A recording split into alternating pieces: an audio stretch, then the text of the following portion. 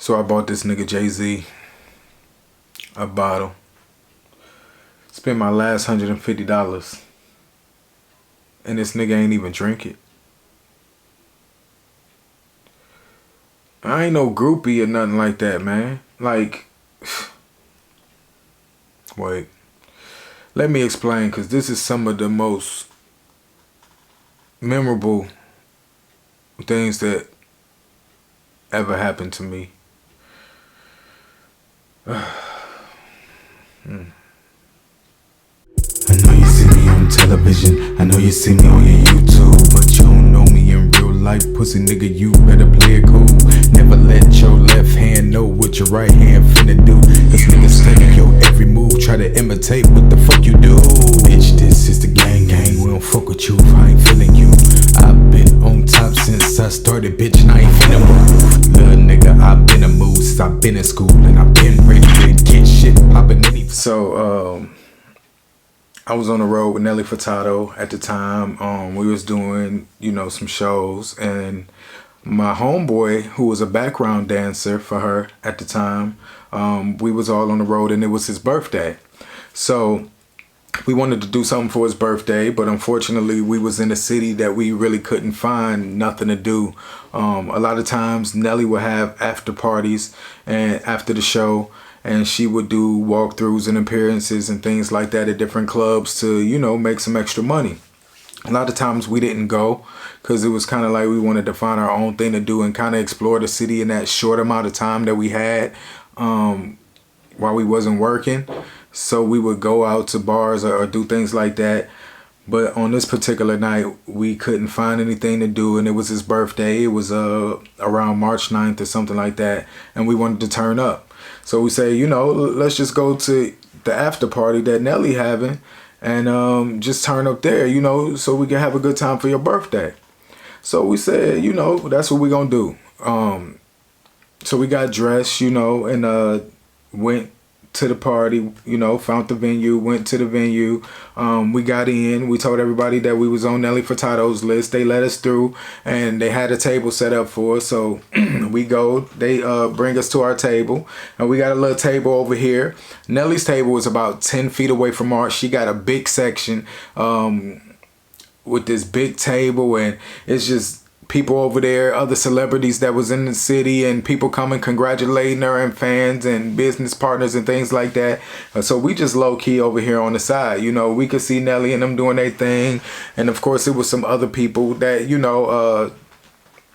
part of the entourage and co-workers and people who was a part of the show too. So we chilling.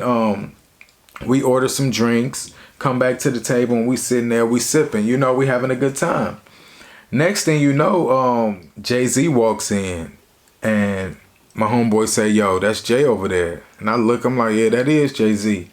And, at the time I was really pursuing my music career of trying to be a rapper.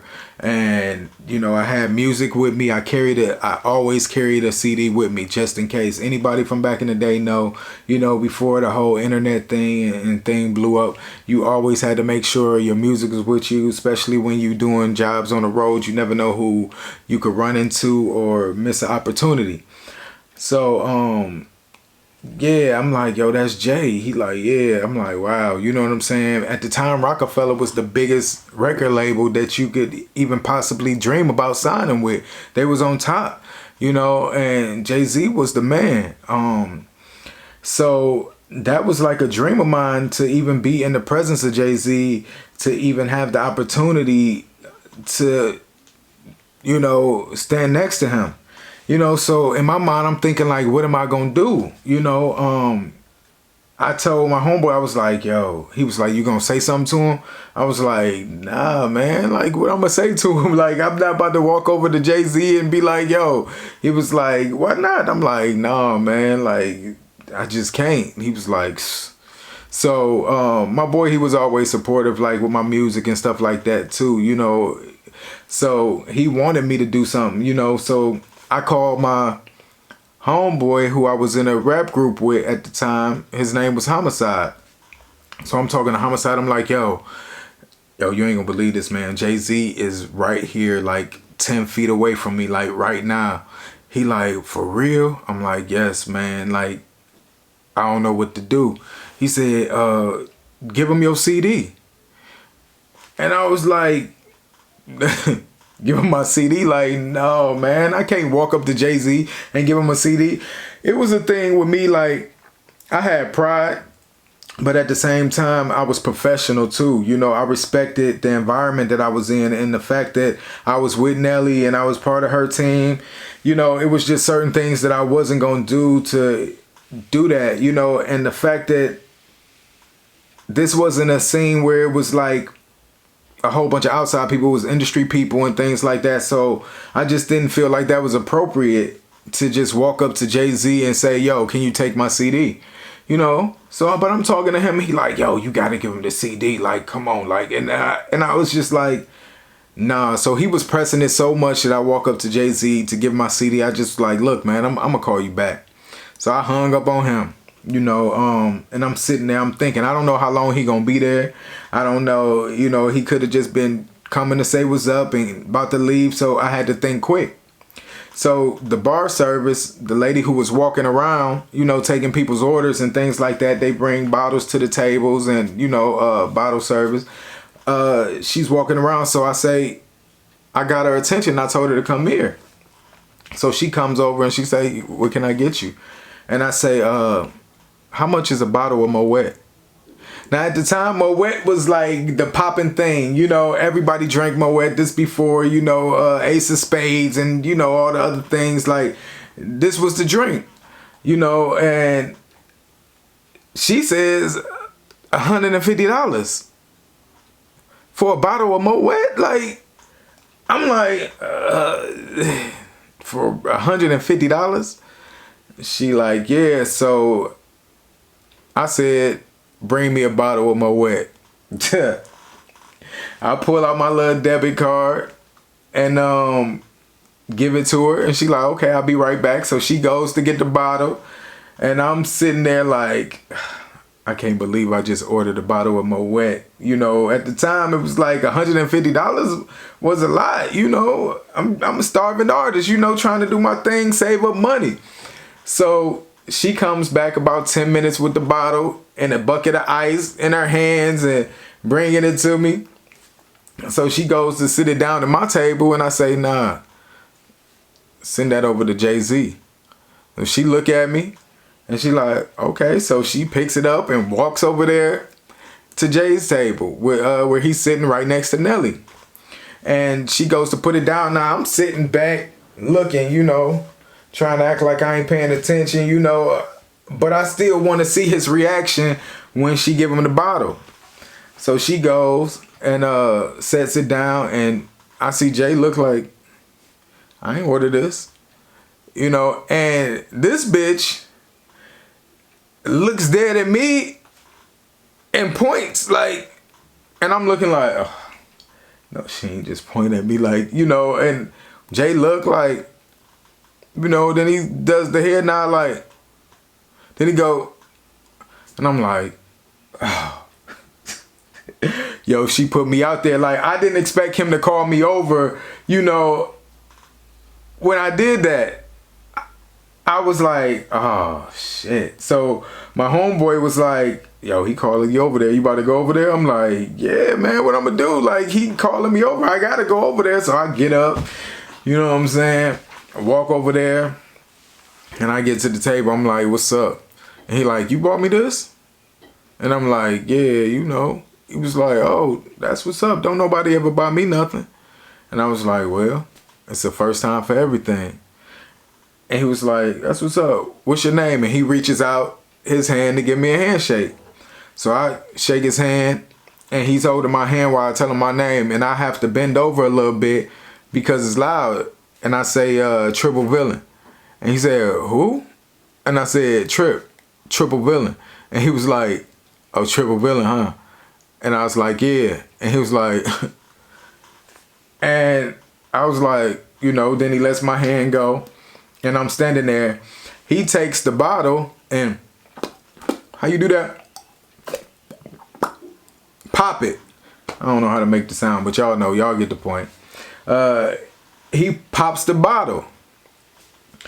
And when he pops it, he grabs a champagne glass and pours, a glass of champagne, then, slides it over to me. So I pick up the champagne and I'm like, I take a sip of it. He puts the bottle down and then turns and starts talking back to Nelly.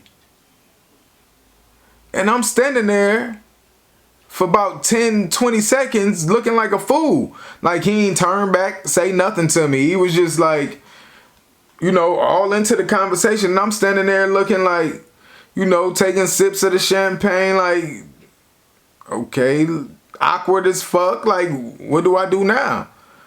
So at this point, I'm like, man, I'm not about to stay here. And like, what I'm supposed to say next? Like, so, nah, so I walks away, and I felt a little deflated. I was like, dang, he ain't even drink none of the champagne. I sat there for a minute to see if he was going to pour himself some and he didn't. The whole bottle was still there except for the glass he gave me. And I feel like, I can't believe I spent my last $150 on Jay-Z for him to pour me a glass of champagne. I didn't want no Moet. I was drinking Hennessy.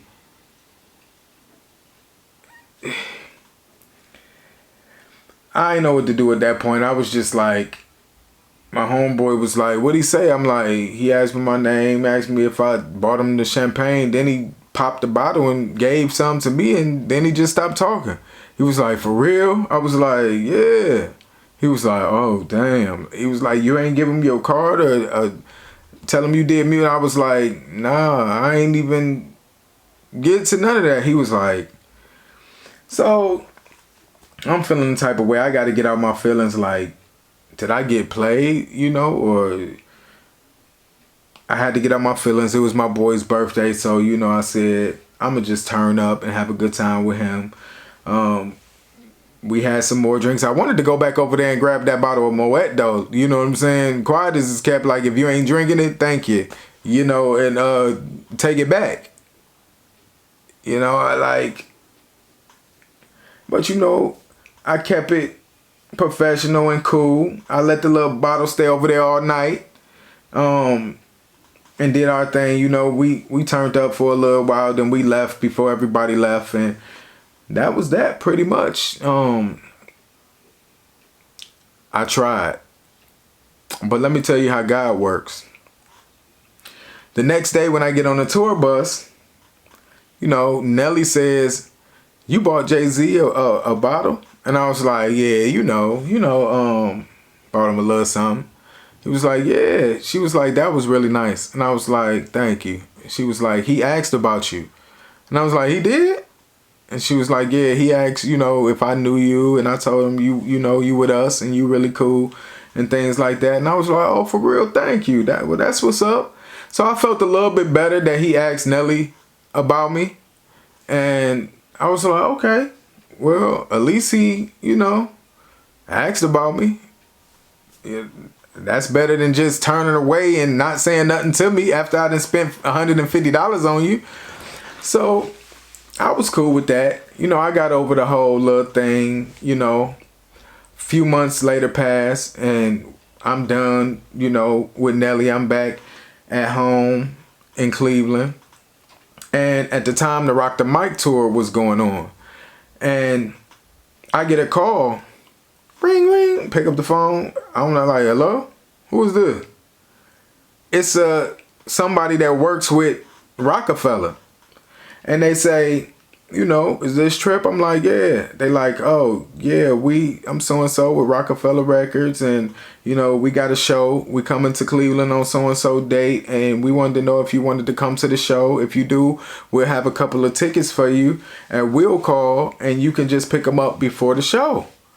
And I was like, what? Like, yeah, like, Jap, like, yeah, I want to go. Yeah, for sure. She was like, okay, good to see you. Thanks. Pick up your tickets at so-and-so and, have a great show. Enjoy the show. And I'm like, yo, that's what's up. So, you know, when it was time for the concert, I went to Will Call. I picked up my tickets and things like that.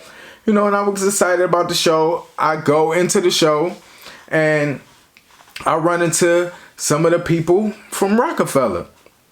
And they like, yo, what's up? You know, and we talking and things like that. And they asked me, what am I doing in Cleveland? Like, what you doing out here? You still, you know, and I'm like, yo, I'm doing my music thing, this and that. And, you know, on my grind, my hustle, grussle, you know. And they say, well, you want to do something for us at the show? Like, do you want to, you know, go out and introduce the artists, open up, like pretty much open up the show for them, you know? And I was like, yeah. They was like, okay, well, you could go out there, you know, and hold it down, represent your city. And we going to be doing like a battle, a rap battle. In the beginning of the show, you could pick 2 people from the audience, you know, that could rap, and pull them up on stage and have them go against each other. Just something to kill time, you know, while everybody fill up the building and the stadium and stuff like that. And I was like, oh yeah, that's dope. That's dope. So, you know, I did my thing. I had the mic. What's up, Cleveland? Yeah, it's your boy, y'all. We about to get it. Have a good night. You know what I'm saying? Who can rap? You know, and y'all from Cleveland, so y'all got to hold it down. People throwing up their hands. You know what I'm saying? So I got a chance to pick out 2 people, bring them on stage and let them battle each other. The crowd go crazy and choose whoever, you know, won the show. So that was a great opportunity. And I was just like, wow, you know, I would have never thought that these things would have been happening. So on that particular tour date that they stopped in Cleveland, they had a day off after it. If you ever been on tour, you know it's a hectic schedule. You might do 3-4 shows and then you have an off day. And a lot of times you just stayed in the city that you was in at the time before you go off to the next city. So they had 2 days that they were staying in Cleveland. So after the show, everybody out and, you know, partying and things like that. So the next day, they wanted to know what to do. Some of the guys from Rockefeller and different artists and things, they always coming up to me like, yo, Tripp, this your city. Like, where can we, you know, find some weed and, you know, where the tattoo spots at? They was bored. Now, they was staying in Tower City. And Tower City is a mall downtown, but it has a hotel in it. Well, yeah, a hotel in it. And the whole Rockefeller was staying in that same hotel. Now, the next day that they was off, everybody was hitting me up. I was the man because it was my city and I knew everything. I knew the places to go. I knew where to get the weed. And, you know, I wasn't taking them to get no dirt either. I called up my homeboy Ken Dog, who was with Mo Thugs, and he always had the goods. So I wanted to make sure they had the best weed. I took them to the tattoo joint. We riding up and down St. Clair and everybody just depended on me. And it's like, it was a great feeling. Just to be the entourage for that weekend and to show them the city. So we goes to the tattoo joint and we walk in and I tell them, yo, these my boys, they from Rockefeller. And the dude looking at them, everybody got on their Rockefeller chains and Chris and Neef and Oshino and, you know, Memphis. Everybody just got their chains on and everybody just like, you know. So the dude, I'm like, yo, they from Rockefeller. They want to get some tattoos, you know. A lot of the artists was up and coming and new. I don't know if he knew about them, you know. So he like, if y'all really from the Rock, I'll shut the whole store down for y'all. So y'all don't have to worry about nobody coming in or, you know, things like that. And I'll tattoo all of y'all, whoever want it, all today. So they was like, what? So yeah, he went outside, closed the gates, locked us in, and we just got the whole tattoo spot, you know, to ourselves, and they picking out tattoos and doing their things. Then he had another section where had an apartment connect to it, a dope apartment that he, you know, took them in there, had weed and bottles of liquor, and everybody was just having a great time, you know. They had a little stand, a thing with CDs in it and earrings and stuff like that, and come to find out, one of my CDs was in there. So it was like, you know, they was looking in and one of them was like, yo, that's you right there. And I'm like, yeah, you know, they were like, oh, okay, that's what's up. And the tattoo dude was like, yeah, we know Tripp, he doing his thing. So That was extra grounding points or whatever. So I really felt good. Everybody had a great time. We kicked it on St. Clair, met up with some of my people. Now, when they was in the hotel, I called my cousins and my homegirls. They all stripped at the time. So I put them on. I said, you know, get your girls and come and stay in Tower City in the hotel, because everybody's staying in the hotel. I mean, you couldn't walk down in the lobby without seeing Just Blaze, Memphis Bleak. I think Twister was on the tour with us. Just everybody. You know, you was running into tour managers and background. The city was on fire. You know, I told them, come down there, stay, and y'all gonna be dancing. Y'all could dance. I was kind of like, I ain't gonna say pimping, but yeah, come down here and get y'all money, because niggas is drinking and smoking and they gonna want some girls, so y'all might as well be right in the hotel where they at, you know. And they did, you know. My cousin and her homegirl came and they got a room, you know, and was dancing and talking to people. I think Twister manager tried to holler at my cousin. One of them had a broke foot and she still came. And I was just looking like, you gonna dance with a broke foot? Okay, you know, get it how you live then, you know. So it was all love and we had a great time. But, you know, the moral to the story is sometimes you gotta bet on yourself. You know, sometimes you gotta invest in yourself. You know, $150 wasn't no chump change to be spending at a bar for a bottle for somebody that I know is a millionaire, but I didn't care about that. You know, I wanted to do something nice for him, to show something out the box. When I called my homeboy and he was giving me advice and telling me to give a CD and, you know, walk up to him and freestyle and all of these things that anybody would have did, that would have probably made me look very foolish at the time. You know, I stick to my guns and I follow my own instincts. When my homeboy was like, yo, you go give him your card and do all of these things. You know, a lot of times people don't think like you and you have your own mind for a reason. You know, and we calling other people and we trying to get them to put their stamp of approval or to get their advice on how they would do it, or, you know, get them to put a battery in our back. And a lot of times we don't need that. You know, it's in us. They not going to see your vision. They ain't going to do it the way you want to do it because they don't think like you. Yeah, one of them probably would have went and gave them a CD. You know, I didn't want to do that. Sometimes you plant seeds that grow later on.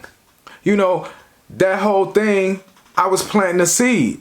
You know, I did something nice for somebody from the kindness of my heart. You know, I thought outside the box and I invested in myself and spent my last money just to get Jay's attention. You know, and at the time when he didn't drink the drink, I felt some type of way, like, was I getting played or this or that? But he remembered me, you know, and I'm pretty sure that that's the reason why I got the tickets to the show. And that's the reason why I ran into everybody and got a chance to have that experience that I had. You know, planting seeds that will grow in the future. Thinking outside the box. Following your intuition. You know, stop waiting for other people to, you know, confirm your ideals and tell you it's a good ideal. Or tell you this. You already know it's a good ideal because you thought of it. You know? They don't think like you. They don't have your mind. You was made uniquely to think the way you think. So why go and get somebody else's advice on something that you know what you, because they gonna tell you the wrong thing. If they were supposed to be doing it, if they were supposed to be there, then it would have been, they would have been there. It would have been their opportunity, but it's yours. You know, sometimes you have to seize the moment. You know, if God puts you in a place around a certain person, and I ain't saying being a groupie or annoy somebody, but sometimes you in these settings and environments for a reason, because God wants you to be there, because it's something more for you. He can make one step, but you got to take two. You know, he can bring people in your life, but it's up to you what you do with the people that comes around. You feel me? You know, That just taught me a valuable lesson. Why am I going asking somebody else what to do? What should I do? You know, should I go give him a CD? Should I give him a car, spit some bars? Nah. I'ma think the way I think. Now, if I would have told them that I was about to buy Jay-Z a bottle for $150, they would have been like, what you buying him a bottle for? That nigga rich. He should be buying you a bottle. You know? Plant your seeds. And they'll grow. Be genuine. You know, follow your heart. Follow your intuition. Follow your mind. You know, everything that you need to be successful is all in you. It's already in you. You know what to do. You know, but you just scared. You scared your pride. Pride is what kills a lot of our ideals and our visions. Oh, no, I ain't about to go look like a fool. Buying him no bottle. Nah, I'm gonna be embarrassed. Like, nah. That's all the devil telling you what you shouldn't do so you won't be successful. Because he working on you failing just as hard as you working on yourself succeeding. And that's facts. You know, you tell a lot of your friends your ideals and they tell you crazy. It can't happen. You know, your YouTube channel blowing up. And people thinking you buying subscribers and subbies and, you know, your numbers going up on IG and you bought them because they can't see, they can't fathom how you could be successful because it's out of their mind. They like, nah, that can't be happening. But what's for you is what's for you. It ain't for them. It ain't for them to understand. Stop trying to get people to understand your vision. Now, I told that whole story just to get to this. Yeah, you might, you know, feel some disappointment along the way. Your ego might be hurt along the way. But the thing is, we can't never see the big picture. All we see is what's right in front of us.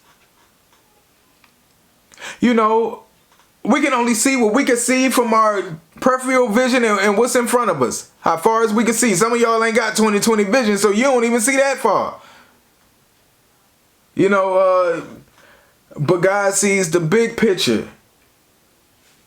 You know, it's like being in a blimp. You can see the whole city. He sees the ending, the beginning and the middle. We only can see what's right there. Plant your seeds. Do what you're supposed to do. Be a great person. Be real.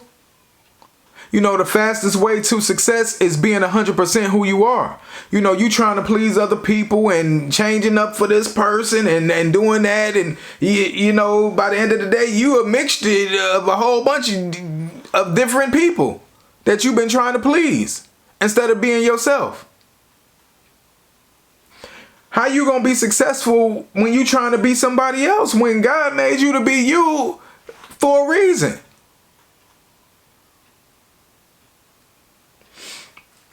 You know,